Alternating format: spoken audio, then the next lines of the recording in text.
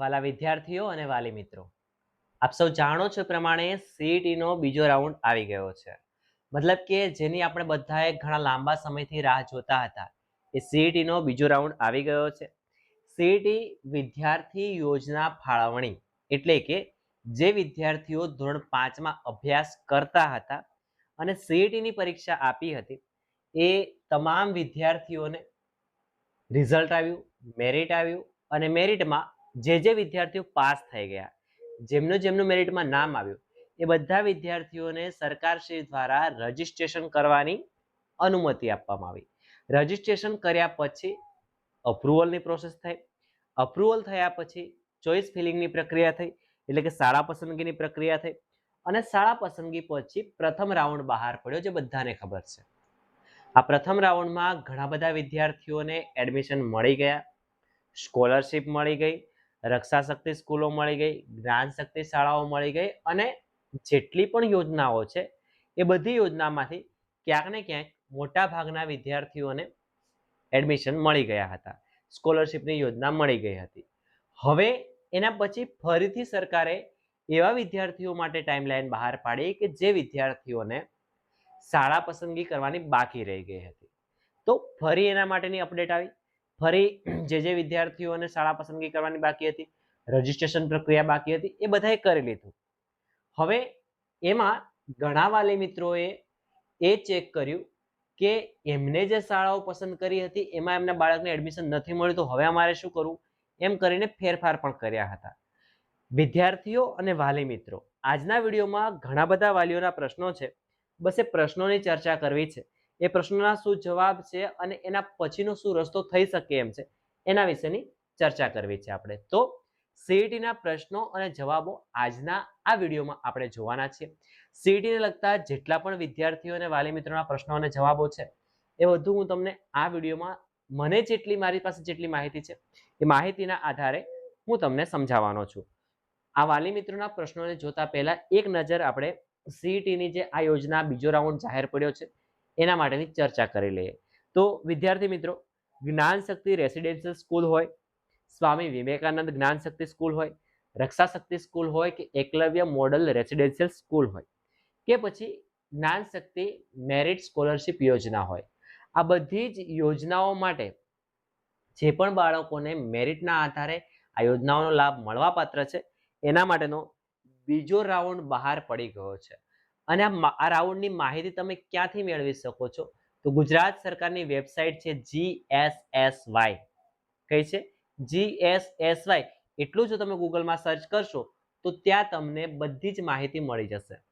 તમે નીચે સીઈટી વાળા પોર્ટલમાં ક્લિક કરી અને સ્ટુડન્ટ લોગિન કરશો, આઈડી અને પાસવર્ડ નાખશો, તો તમારા બાળકને કઈ શાળામાં એડમિશન મળ્યું છે, શું સ્કોલરશિપનો લાભ મળ્યો છે કે નથી મળ્યો, એની બધી માહિતી તમને મળી જશે. સ્ટુડન્ટ લોગિનની આખી પ્રોસેસ કઈ રીતે કરવી, એના માટેનો અલગથી આપણે આખો વિડીયો આપણી જ યુટ્યુબ ચેનલમાં અપલોડ કરી દીધેલો છે. જો તમારે જોવાનો બાકી હોય તો એકવાર જોઈ લો, ઠીક છે? એ ધ્યાન રાખજો.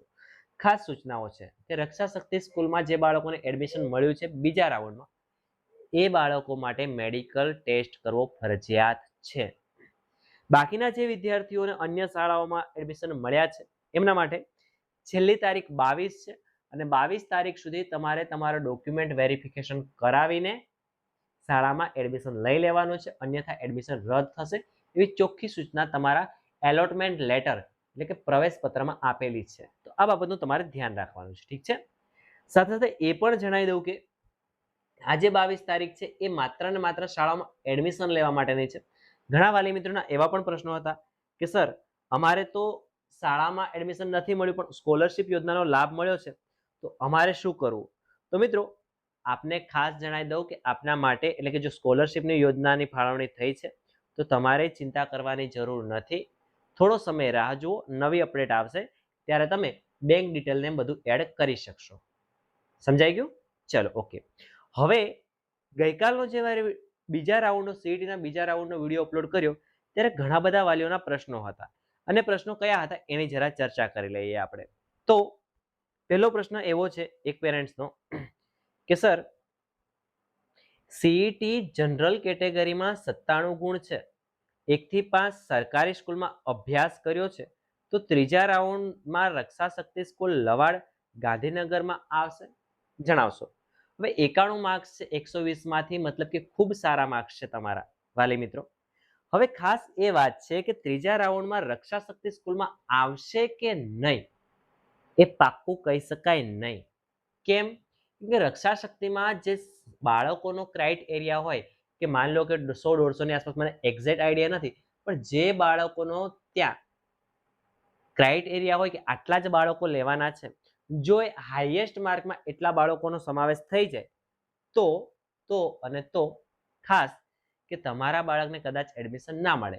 એટલે કે ત્રીજા રાઉન્ડમાં પાક્કું મળી જાય કે ના મળી જાય એ નથી કહેતો, પણ હા જગ્યા ખાલી હોય તો 100% મળી પણ જાય. રેડી? તો આ ખાસ ધ્યાન રાખવાનું છે. જો જગ્યા હશે તો મળી જ જશે, જો ક્રાઇટેરિયામાં આવશે, જો મેરિટમાં આવશે તો મળી જ જશે. પણ જો કદાચ જગ્યા ફૂલ થઈ જાય એવા સંજોગોમાં તમે બીજી શાળા પસંદ કરી હોય તો ત્યાં મળશે.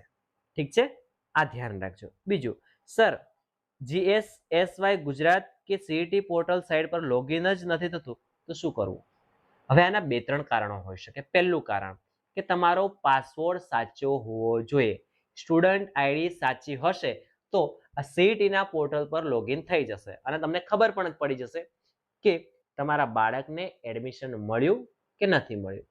બીજું, જો સ્ટુડન્ટ આઈડી અથવા પાસવર્ડમાંથી બંનેમાંથી એક પણ આંકડામાં જો ભૂલ હશે, જો કદાચ ખોટું હશે તો મિત્રો ખાસ જણાવી દઉં કે લોગિન નહીં થાય, ઇનવેલિડ પાસવર્ડ સ્ટુડન્ટ આઈડી બતાવશે. એટલે તમારી પાસે સ્ટુડન્ટ આઈડી અને પાસવર્ડ સાચા હોવા જોઈએ.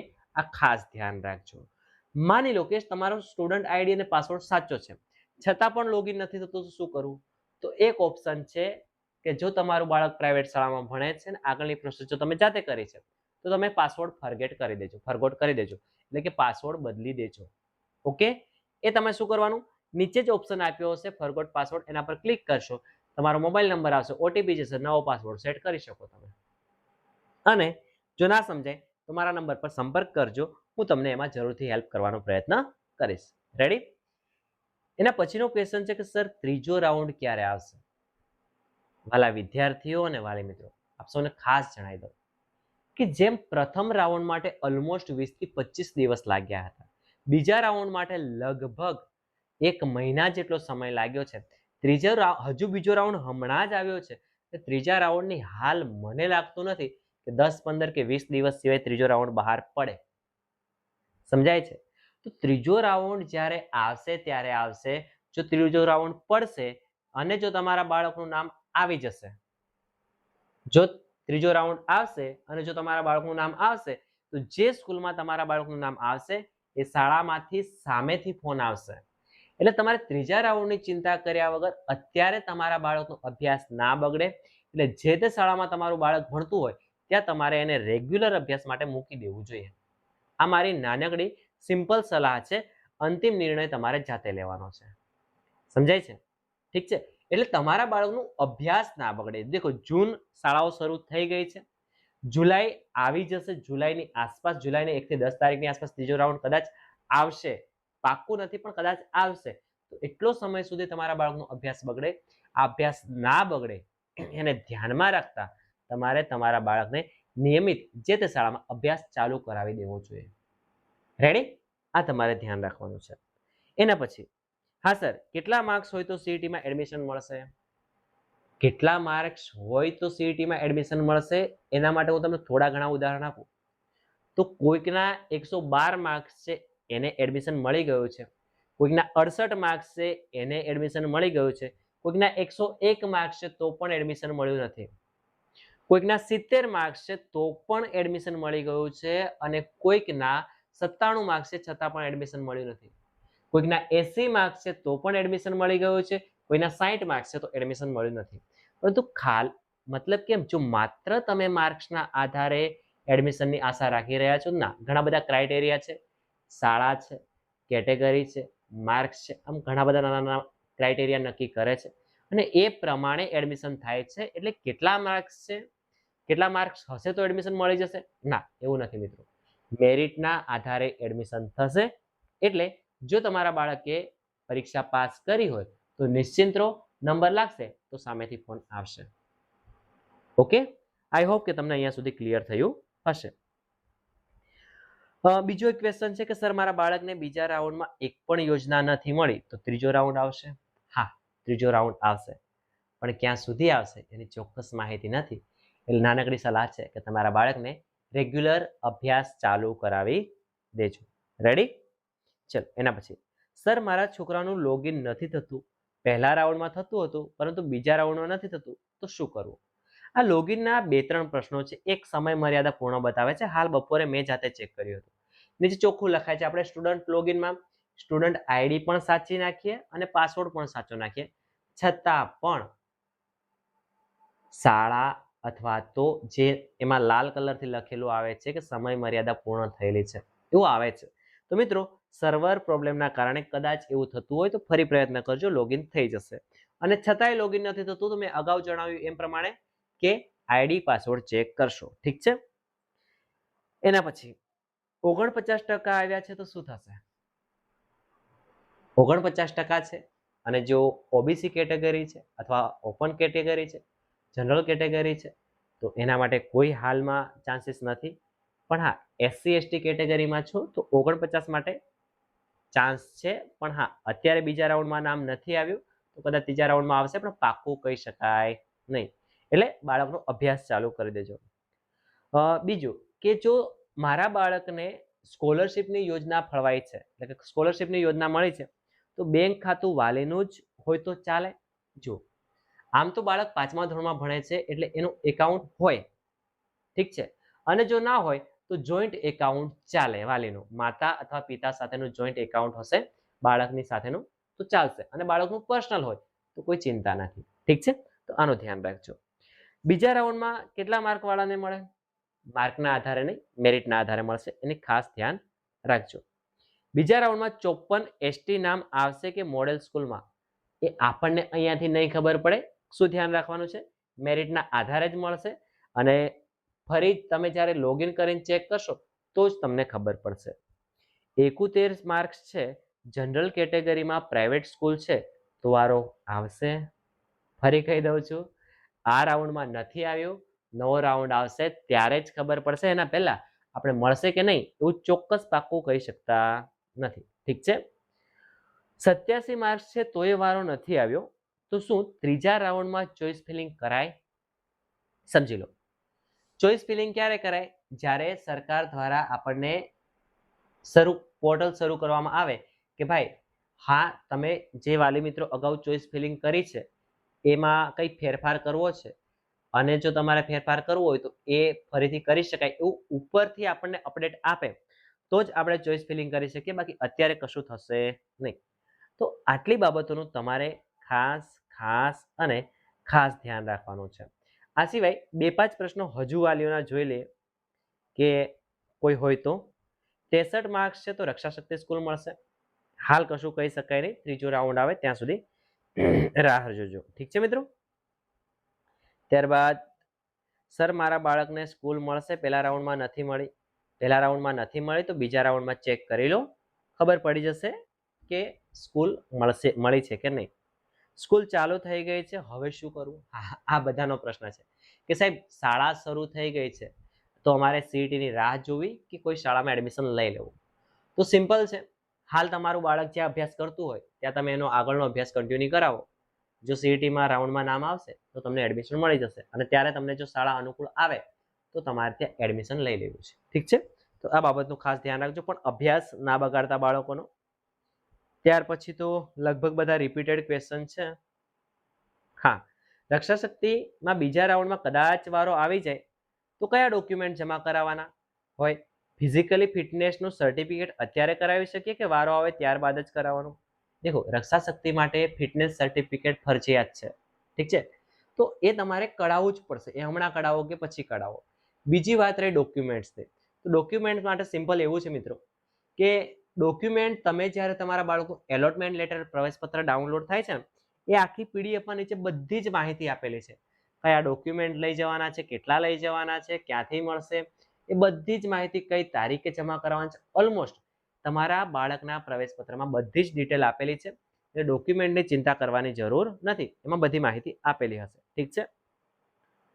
હા સર, લાલ અક્ષરથી લખેલું આવે છે તો શું કરવું? તો સિમ્પલ, લાલ અક્ષરથી લખેલું આવે છે એનો મતલબ કે આ રાઉન્ડમાં તમારા બાળકને એડમિશન મળ્યું નથી, કાં તો તમે રાહ જુઓ અથવા તો તમારા બાળકનું અન્ય શાળામાં એડમિશન લઈ લો. ભૂતકાળના અનુભવ પ્રમાણે આપ સૌને મારી એક નાનકડી સલાહ છે. ગુજરાતના ખૂણે ખૂણે કોઈ પણ શાળામાં તમારા બાળકનું નામ આવે, સૌપ્રથમ તમારે એ શાળામાં જવાનું, શાળાને જોવાની, સ્કૂલ મેનેજમેન્ટ સિસ્ટમ, શાળાના પ્રિન્સિપલ સાથે મુલાકાત કરવાની, ત્યાંના શિક્ષકો સાથે મળવાનું, ત્યાંનું વાતાવરણ જોવાનું, રૂમ જોવાના, રહેવા જમવાની સગવડ કેવી છે, એ બધી જ વસ્તુને ધ્યાનપૂર્વક ઝીણવટપૂર્વક અભ્યાસ કરવાનો. તમને અનુકૂળ આવે, શાળા સારી લાગે, બાળકને અભ્યાસ સારો રહેશે એવું લાગે તો તમારે ચિંતા કર્યા વગર શાળામાં બાળકનું એડમિશન લઈ લેવાનું. પણ કોઈ કહે છે કે આ શાળા સારી છે એટલા માટે ત્યાં એડમિશન લઈ લેવું એવું નહીં. શક્ય હોય ત્યાં સુધી પોતે ત્યાં જઈ રૂબરૂ જોઈ વિચારી અને પછી જ એડમિશન લેવાનું. મારા અનુભવ પ્રમાણે મોટાભાગની શાળાઓ ખૂબ સારી હોય છે, ત્યાંની મેનેજમેન્ટ સિસ્ટમ પણ સારી હોય છે, પણ આ બધું ડિપેન્ડ ત્યાંના ટ્રસ્ટી, ત્યાંના પ્રિન્સિપલ, ત્યાંના મેનેજમેન્ટ પર હોય છે. તમારું બાળક આટલે સુધી અભ્યાસ કર્યું છે તો એને આટલા સારા માર્ક્સ મેળવી અને આ શાળામાં એડમિશન મળે છે, તો આપણે આપણા બાળકના સારા ભવિષ્ય માટે એટલું ચેક તો કરી જ શકીએ. ઠીક છે, આટલી બાબતોનું તમે ધ્યાન રાખજો. આઈ હોપ કે તમને આ વિડીયોમાં તમારા બધા જ પ્રશ્નોના જવાબ મળી ગયા હશે. આ સિવાય તમને કોઈ પણ પ્રશ્ન હોય તો કોમેન્ટ કરજો, અને સીઈટીને લગતી હોય કે જ્ઞાન સાધનાને લગતી હોય કોઈ પણ અપડેટ હશે એ અપડેટ આપણી આ યુટ્યુબ ચેનલમાં તમને મળી જવાની છે. તો આપણી ચેનલને સબસ્ક્રાઇબ કરવાનું ના ભૂલતા.